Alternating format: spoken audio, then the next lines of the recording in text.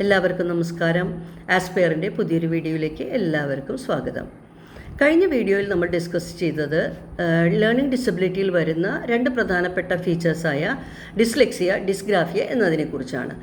ഇന്ന് ഞാൻ നിങ്ങളുമായി പങ്കുവയ്ക്കാൻ ആഗ്രഹിക്കുന്നത് ഡിസ്കാൽക്കുലിയ എന്ന് പറയുന്ന വേറൊരു വിഭാഗമാണ്.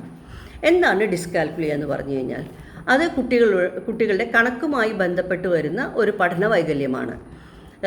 എന്താണ് കണക്കുമായി ബന്ധപ്പെട്ട് വരുന്ന കാര്യങ്ങൾ? അതായത് അവരെ ചെറിയ ക്ലാസ്സുകളിൽ ചേർത്തുമ്പോൾ തന്നെ പൊതുവായി നമ്മൾ ആദ്യം പഠിപ്പിക്കുന്നത് എണ്ണൽ സംഖ്യകളാണ്, അല്ലേ? അപ്പോൾ എണ്ണൽ സംഖ്യകൾ അഥവാ നമ്പർ സിസ്റ്റം എന്ന് പറഞ്ഞ് നമ്മൾ 1, 2, 3 പഠിപ്പിക്കുമ്പോൾ ഒരിക്കലും അവർക്കത് തെറ്റുകൂടാതെ ഓർഡറിൽ പറയാനോ എഴുതാനോ ബുദ്ധിമുട്ടായിരിക്കും. അതുപോലെ തന്നെ ചെറിയ ചെറിയ അഡീഷൻസോ സബ്ട്രാക്ഷൻസോ അവർക്ക് ചെയ്യാനായിട്ട് സാധിക്കില്ല. അതുപോലെ തന്നെ ക്ലോക്കിൽ സമയം നോക്കി പറയാൻ പറഞ്ഞാൽ അവർക്ക് ബുദ്ധിമുട്ടായിരിക്കും. അതായത് നമ്പറുമായി ബന്ധപ്പെട്ട എന്ത് കാര്യങ്ങളും ചെയ്യാൻ അവർക്ക് ബുദ്ധിമുട്ടായിരിക്കും ഈ ഡിസ്കാൽക്കുലിയ എന്ന ഫീച്ചർ ഉള്ള കുട്ടികൾക്ക്. ഇനി എങ്ങനെ നമുക്കിതിന് പരിഹാരം കാണാം? അതായത് എന്ത് പ്രശ്നത്തിനും നമുക്ക് പരിഹാരമുണ്ടല്ലോ. അപ്പോൾ ഇങ്ങനെയുള്ള കുട്ടികളെ നമുക്ക് അടുത്തിരുത്തി സ്പെഷ്യൽ അറ്റൻഷൻ കൊടുത്തുകൊണ്ട് അവരുടെ ഈ പ്രശ്നങ്ങൾ നമുക്കൊരു പരിധി വരെ നമുക്ക് മാറ്റിയെടുക്കാനായിട്ട് സാധിക്കും. അതുകൂടാതെ തന്നെ നമുക്ക് ടീച്ചേഴ്സിനാണെങ്കിലും പലതരത്തിലുള്ള ചാർട്ടുകൾ ഉപയോഗിച്ചിട്ട് അവരെ പഠിപ്പിക്കാം. അതായത് ഇപ്പോൾ പ്ലേസ് വാല്യൂ ചാർട്ട് ഉപയോഗിക്കാം, നമ്പർ സിസ്റ്റത്തിൻ്റെ തന്നെ ചാർട്ടുകൾ ഉപയോഗിക്കാം.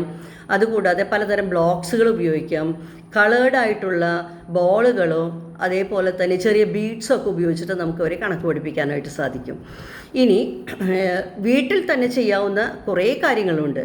അതായത് പാരൻസിന് തന്നെ ചെയ്യാൻ പറ്റുന്ന കുറേ കാര്യങ്ങൾ. അതായത് ഇപ്പോൾ കൃത്യമായ അളവ് പറഞ്ഞ് അവരെ കടയിലേക്ക് പറഞ്ഞയക്കുക, എന്നിട്ട് സാധനം വാങ്ങി വരാൻ പറയുക. അപ്പോൾ അതിലൂടെ അവർ പണം കൈകാര്യം ചെയ്യാൻ പഠിക്കാനും അളവുകൾ പഠിക്കാനായിട്ടും അവർക്ക് സാധിക്കും. അതുപോലെ തന്നെ വീട്ടിൽ കാണുന്ന ചെറിയ ചെറിയ കുറേ കാര്യങ്ങൾ കണക്കുമായി ബന്ധപ്പെട്ടതുണ്ട്. ഇതൊക്കെ തന്നെ പാരൻസിന് വീട്ടിലും ട്രെയിൻ ചെയ്യാനായിട്ട് സാധിക്കും. ഇതിനേക്കാളൊക്കെ വലുതായിട്ട് നമ്മൾ ചെയ്യേണ്ട ഒരു കാര്യം എന്തെന്ന് വെച്ചാൽ അവരെ കുറ്റപ്പെടുത്താതിരിക്കുക, കമ്പയർ ചെയ്യാതിരിക്കുക എന്നീ കാര്യങ്ങളാണ്. അതായത് കുറ്റപ്പെടുത്തുമ്പോഴോ കമ്പയർ ചെയ്യുമ്പോഴോ അവർക്ക് ഉള്ള ആത്മവിശ്വാസം ഇല്ലാതായി പോകും. പിന്നെ അവരെ നമുക്ക് പഴയ രീതിയിലേക്ക് അല്ലെങ്കിൽ മോട്ടിവേറ്റ് ചെയ്ത് പഠിപ്പിച്ചാൽ മാത്രമേ അവരെ നല്ല രീതിയിലേക്ക് നമുക്ക് മിടുക്കന്മാരാക്കി മാറ്റാൻ സാധിക്കുകയുള്ളൂ. അപ്പോൾ നിങ്ങൾ മനസ്സിലാക്കേണ്ട ഒരു കാര്യം, പാരൻസ്, ഓരോ കുട്ടിയും യുണീക്കാണ്. ഓരോ കുട്ടികളും പഠിക്കുന്ന രീതിയും വ്യത്യസ്തമാണ്.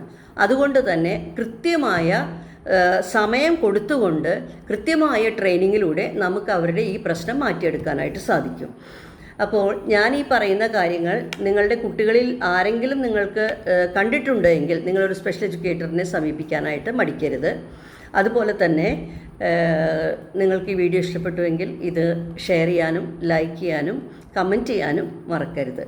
അപ്പോൾ ഞാൻ എൻ്റെ ഡീറ്റെയിൽസ് ഡിസ്ക്രിപ്ഷൻ ബോക്സിൽ കൊടുത്തിട്ടുണ്ട്. എങ്കിലും ഞാൻ ഒന്നുകൂടി എന്നെ പരിചയപ്പെടുത്താം. ഞാൻ mini, special educator and remedial trainer, Aluva. Thank you.